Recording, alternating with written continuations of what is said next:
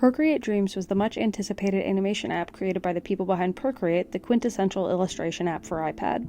Released November 22, 2023, Procreate Dreams had received mixed reviews upon release and has not met my personal expectation for a solid animation program. But before we can talk about a bad animation program, though, we have to talk about a good one.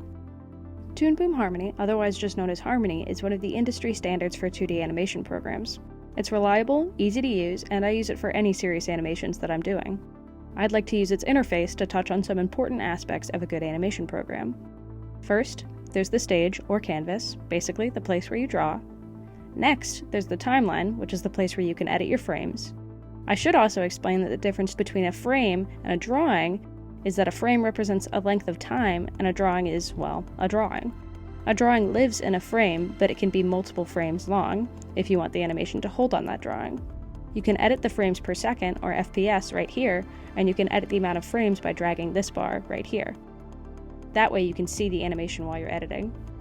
Lastly, there's the toolbar, which is the place that houses the tools that you use. Who could have guessed?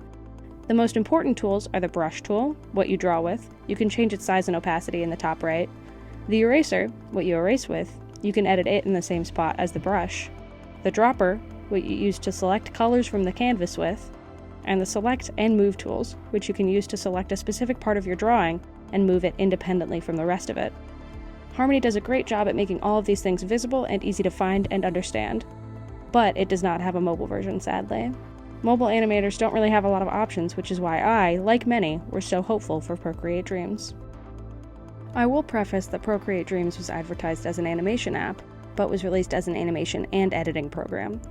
They don't have separate interfaces for animation and editing, it's all lumped into one, although there is a way you can start by focusing on animation or on editing. Starting off, when you create a new movie, if you click Draw, then it starts you off as if you were animating. Right off the bat, you can see it looks very different from Harmony, but it has the same aspects, just arranged a little differently.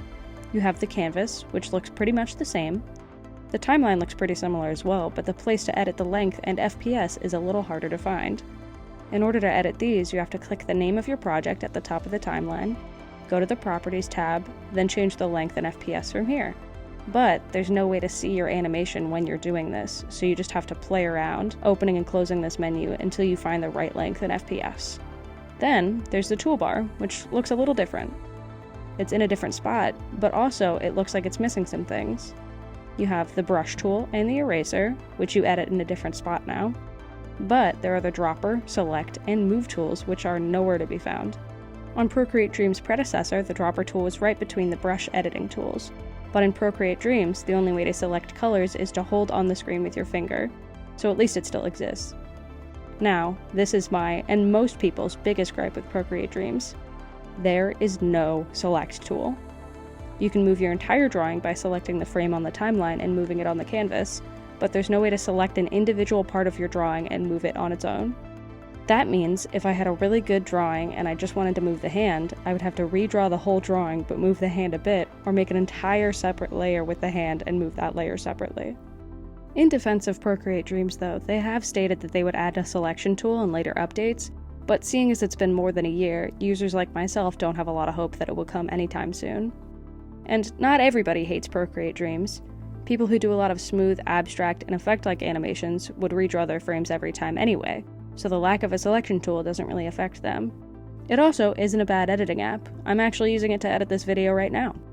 I also use it to edit my shorter animations. I do my drawings in a separate program and import them and edit the pacing in Procreate Dreams.